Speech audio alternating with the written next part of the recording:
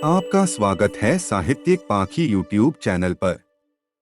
लीजिए सुनिए श्री मुंशी प्रेमचंद द्वारा रचित कहानी डिप्टी श्यामाचरण। डिप्टी श्यामाचरण की धाक सारे नगर में छाई हुई थी। नगर में कोई ऐसा हाकिम न था जिसकी लोग इतनी प्रतिष्ठा करते हों। इसका कारण कुछ तो यह था कि वे स्वभाव के मिलनसार और सहनशील थे, और कुछ यह कि रिश्वत से उन्हें बड़ी घृणा थी।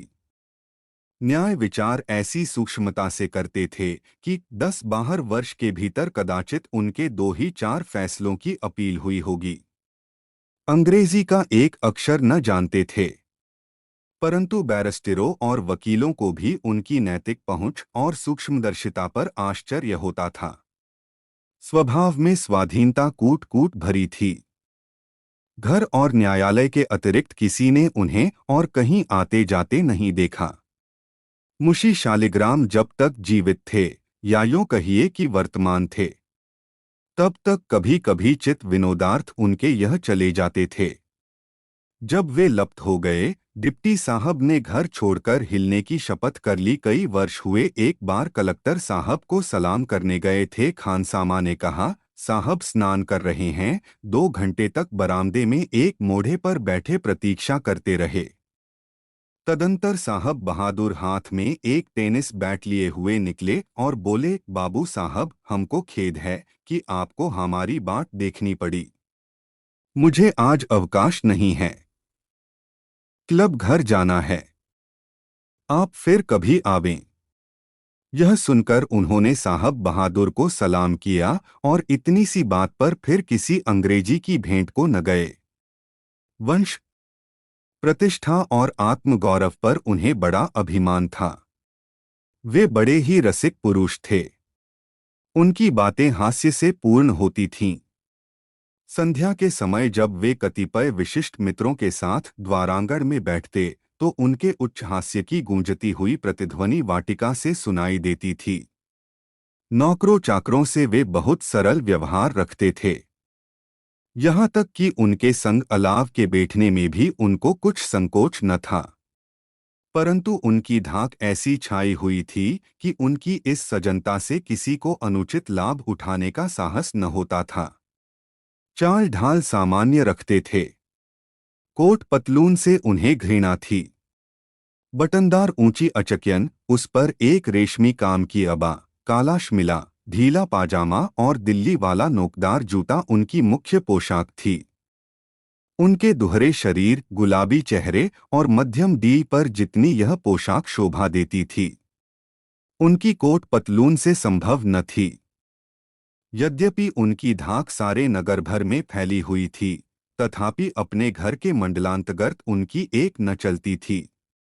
यहाँ उनकी सुयोग्य अर्धांगिनी का साम्राज्य था।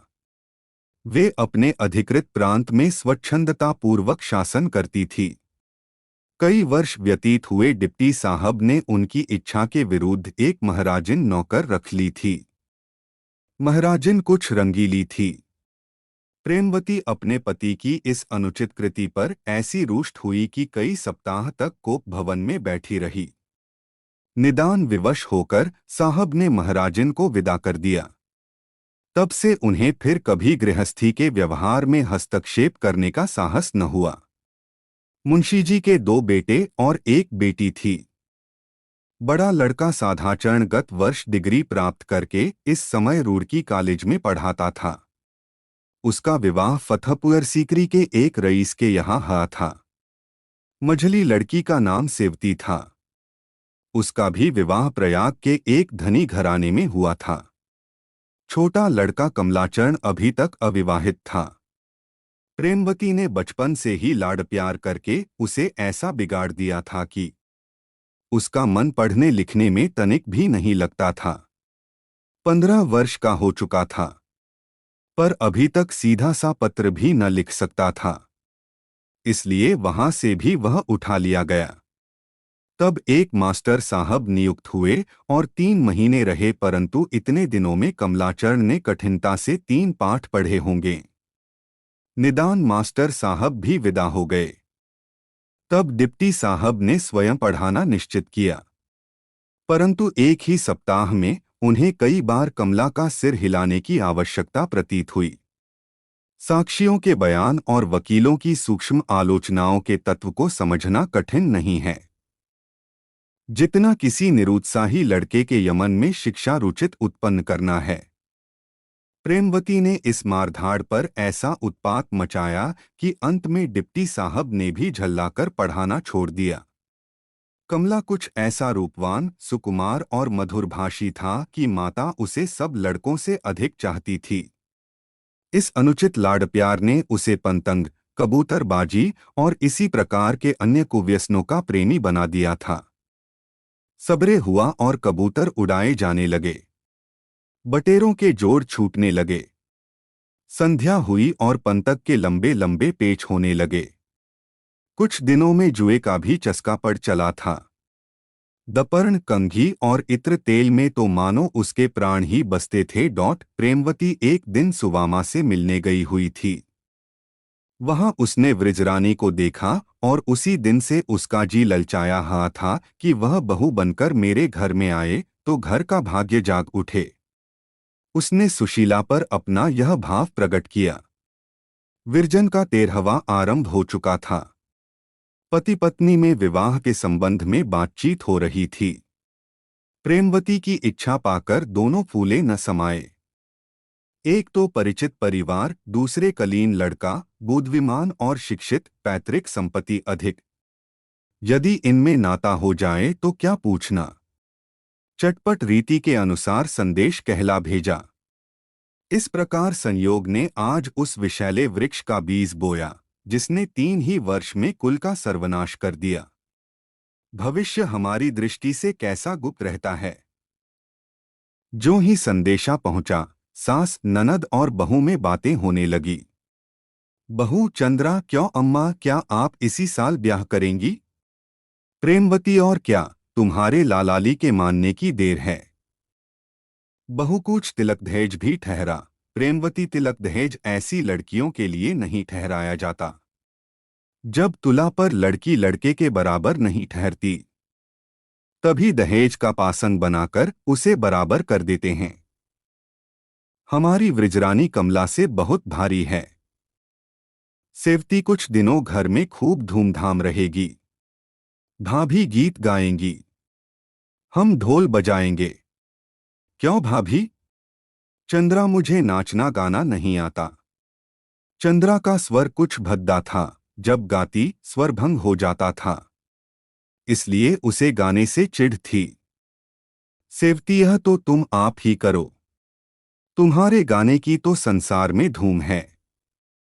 चंद्रा जल गई, तीखी होकर बोली, जिसे नाच गाकर दूसरों को लुभाना हो वह नाचना गाना सीखे। सेवती: तुम तो तनिक सी हंसी में रूठ जाती हो, जरा वह गीत गाओ तो, तुम तो श्याम बड़े बेखबर हो।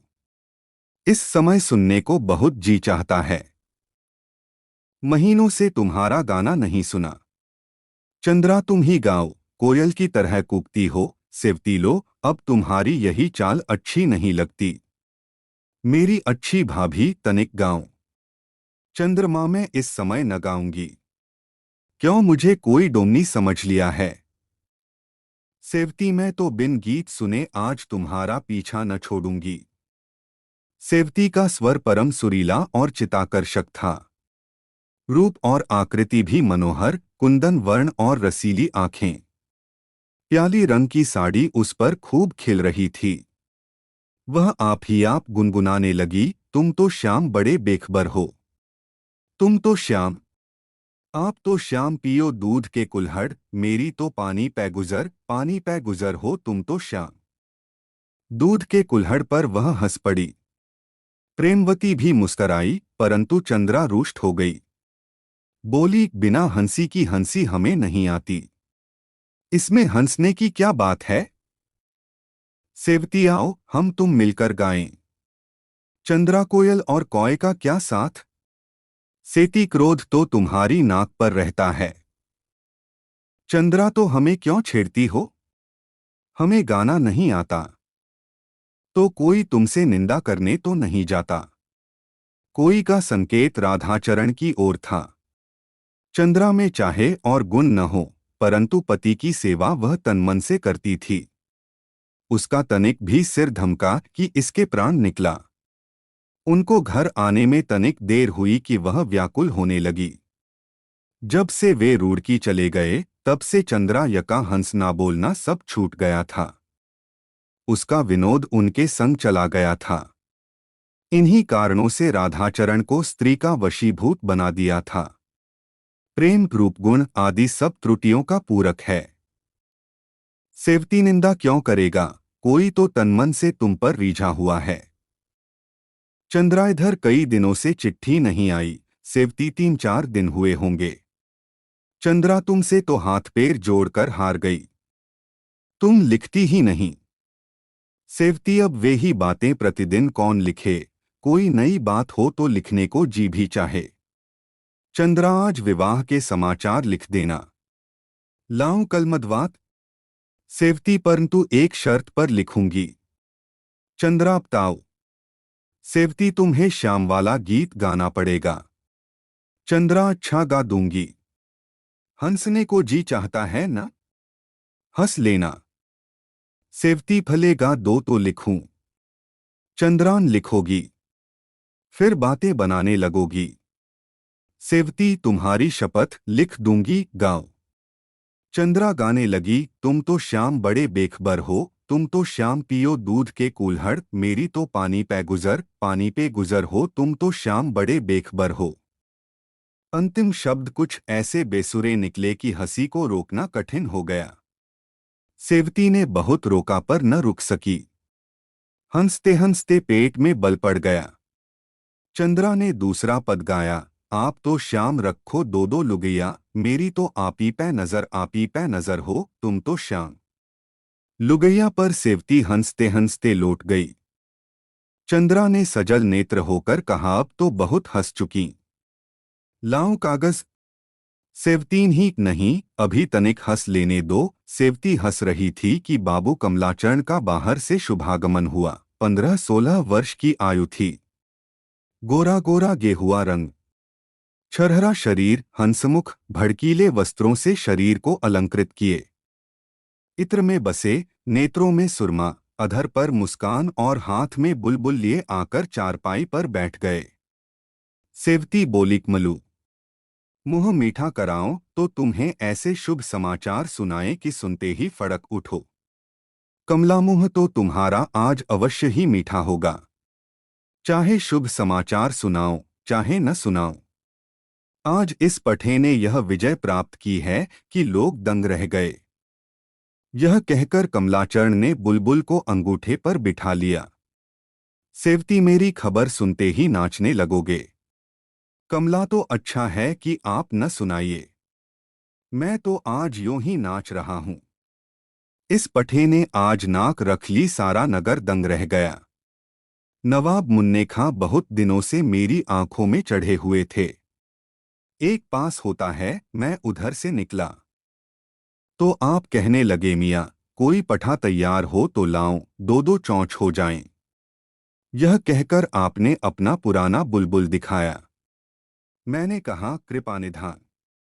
अभी तो नहीं, परंतु 1 मास में यदि ईश्वर चाहेगा तो आपसे अवश्य एक जोड़ होगी। और बद कर आज आगा शेरली के अखाड़े में बदान ही ठहरी।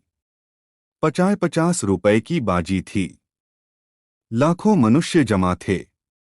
उनका पुराना बुलबुल विश्वास मानो सेवती कबूतर के बराबर था, परंतु वह भी केवल फूला हुआ न था। सारे नगर के बुलबुलों को पराजित किए बैठा था। बलपूर्वक लात चलाई। इसने बार बार नचाया और फिर झपटकर उसकी चोटी दबाई। उसने फिर चोट की, यह नीचे आया। चतुर्दिक कोलाहल मच गया, मार लिया मार लिया। तब तो मुझे भी क्रोध आया, डपटकर जो ललकारता हूं तो यह ऊपर और वह नीचे दबा रहा है। फिर तो उसने कितना ही सिर पटका कि ऊपर आ जाए, परंतु इस शेर ने ऐसा दाबा कि सिर न उठाने दिया। नवाब साहब स्वयं उपस्थित थे। बहुत चिल्लाए, पर क्या हो सकता है। इसने उसे ऐसा दबोचा था जैसे बांस चिड़िया को डोट, आखिर बकटुट भागा। इसने पानी के उस पार तक पीछा किया पर न पा सका। लोग विस्मय से दंग हो गए। नवाब साहब का तो मुख मलिन हो गया। हवायां उड़ने लगीं। रुपए हारने की तो उन्हें कुछ चिंता नहीं, क्योंकि लाखों की आय है। परंतु नगर में जो उनकी धाक जमी हुई थी वह जाती रही। रोते हुए घर को सिधारे। सुनता हूं, यहां से जाते ही उन्होंने अपने बुलबुल को जीवित ही गाड़ दिया। यह कहकर कमलाचरण ने जेब खनखनाई। सेवती तो फिर खड़े क्या कर रहे हो? आगरे वाले की दुकान पर आदमी भेजो। कमला, तुम्हारे लिए क्या लाऊं भाभी? सेवती, दूध के कुल्हड़। कमला, और भैया के लिए? सेवती, दो दो लुगैया। यह कहकर दोनों ठहका मारकर हंसने लगे।